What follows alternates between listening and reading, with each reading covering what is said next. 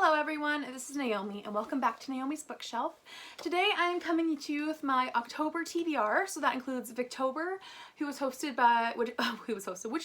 by Katie from Books and Things, Kate Howe, and from Beyond the Pages, and Lucy from Lucy the Reader. And then, as well as that, I also have my TBR for Spookathon, which is hosted by Books and Lala. So I'm going to be reading all of these books in October. I will not be participating in any extra readathons. These are it. I need to, I think, get back into this flow of reading, as September was the month of the slump. So we're gonna get into this one book at a time, I hope, and we're just gonna go straight in. So the challenge is, I'll actually have all the information for all the readathons posted, put down below with all the hosts, the channels, the videos, all that stuff. And so we're gonna go with this one first. And I actually mentioned this in a previous video, which I will link down below too if you're looking for some Victorian recommendations that you're feeling for October. And that is Dr. Jekyll and Mr Hyde and Other Strange Tales by Robert Louis Stevenson. Now this is a reread for me. I read Dr. Jekyll and Mr Hyde when I was a teenager. And I really enjoyed it, but I haven't read it since, and I finally found a copy of it and thought perfect time. So this will be also my one for Katie's challenge, which is to read a book that's under 250 pages or over 500. So this itself is just over 250, but these are short stories, and Dr. Jekyll and Mr Hyde, I believe, is just over like 60 pages, so it's shorter. I'll try to read the whole book, but it's a short story collection. Now, as well as that, this counts for my Spookathon TBR, as I'll be reading it during that week, and I'll have the dates right here. And this is, it has red on the cover. That's what it is. It is red on the cover. And then I'm also going to say that for my spooky word, it could be strange or Dr. Jekyll and Mr Hyde, as I feel like that in itself has very spooky connotations in our world now.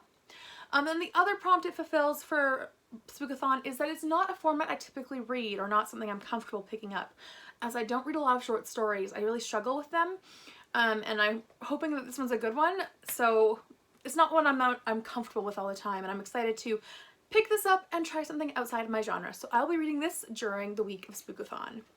The next one I'll be reading is actually going to be a buddy read, and this one I'm reading with my cousin Megan. She has her channel, Megan Hannah. I'm sure you've heard me talk about her, and that is Wuthering Heights by Emily Bronte. Now this one I will be getting on audio.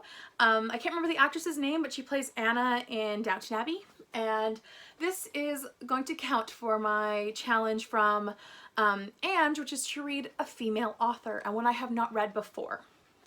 I have never read Wuthering Heights. I have tried and attempted to read it, to watch it, whether it be the TV show, the movie. I've never gotten past the first 5-10 minutes of those things. I've never gotten past like chapter 1 of this thing. So buddy reading it's going to be the way we're going to do it, and I hope that I enjoy it in that format, in that analyzing of it. So we will see. I'm not promising I'll love it, but I'm going to finally read Wuthering Heights. I feel like a bit of a fraud. Not like I am, but I feel like everyone's read Wuthering Heights at this point, and I just haven't. So that's going to be on my October TBR. Now the last one I'll be reading for Victober is one I've already started. I'm already halfway through it, and this one I read in July a bit, and mostly in August, and I have over half left of Vanity Fair by William Thackeray. And this one is a satire about these people trying to survive in their world. It focuses mostly on Becky Sharp and Amelia Sedley. I always forget her last name for some reason. So Becky Sharp and Amelia Sedley, as they are navigating life. Amelia is very docile and a doormat. She lets all people walk all over her. She's very reactive to her world. She doesn't really take action and choose for herself. Whereas Becky takes action, she chooses what she wants, and she often hurts people in her way. So this is very good. I find it very interesting, and I love the way it's written. It's written as if you're an audience member with the author, and the author's telling you about the play in front of your eyes. So it's very good. I am excited to continue it, and I do have an audiobook for this as well, and I'm hoping I can pick that up and finish it out. But if not, I can just physically read it as well, because they're both great ways to ingest the story, in my opinion. So that is my Victober TBR. Now I do have one more book for Spookathon, and that is going to be my thriller. And that is The Turn of the Key by Ruth Ware. Now this one is I'm really excited for it. You have no idea how excited I am. And I've been holding off reading it since I bought it. And it is written entirely in letter format, and like apparently there's like a, I don't know. It's written, I think, solely in letters, so episcopally? I don't know, letter format. And it's about this nanny who takes this job at like a smart house, and then she's accused of murdering one of the kids. And it's about her writing to the lawyers and telling them her story, and I'm sure you don't know if she's an unreliable narrator or not. So I'm interested, I'm really intrigued, and I really want to read this. So I will be waiting until Spookathon, but you can bet your bottom dollar that I'm going to be reading this along with Dr. Jekyll and Mr Hyde. That are those books.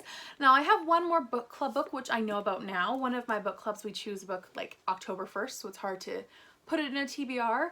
But this one is Before We Were Yours by Lisa Wingate, and this is a book about the 1930s.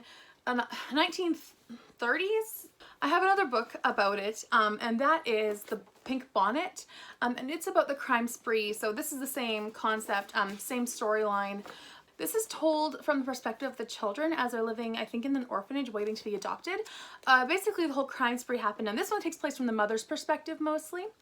And this one is about, so there was this big crime spree happening where if you left your child alone for like a second to go and get some, like go grab the newspaper or something, this woman would come in, take your child and say you were negligent, and then sell your child for a profit to a family who wanted children and who were rich enough to afford it.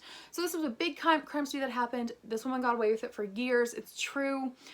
So I have read The Pink Bonnet about it, and I'm going to be reading this one from one of my book clubs as well. So I believe this is about the children who are taken and their experience in it. So it's going to be heartbreaking, but I'm going to be picking it up in October. Now the last one, I've already lost. I lost the footage of my first TBR, so I'm very sorry you didn't get to see me unwrapping it. But I unwrapped another blind date with a book, and it is this one. And this one was described as medical, archaeologist, and then like thriller-esque, so I'm really excited to read it right now for October. And it is about not a detective, a doctor. I think she's an archaeologist who they come across a pile of bones, and they want her to prove who it is, whether it be a former child who went missing or someone else. And it kind of, I think it's like part of a series. It's by Emily Griffith, and I am excited to pick it up as well. So this is Crossing Places, a Dr. Ruth Galloway mystery. So that is my entire TBR for October, aside from maybe one more book chosen by my book club that I partake with on Facebook. But that is the stack. I'm hoping I can get through it this month. September was an utter fail, as you'll see in my wrap up, but this I'm hoping will be a success. I will see you all next time. Please let me know which ones you have read of these and which one you have enjoyed, if you're participating in any of those readathons I mentioned. Also, which one do you think I should start with first of my Victorian literature, as I will be definitely saving, oh, I have the pink bonnet here for some reason, as I will be definitely saving two of them for the Spookathon, but I can read the other two in any order. So please let me know what you think. I will see you all next time. Thanks for watching. Bye.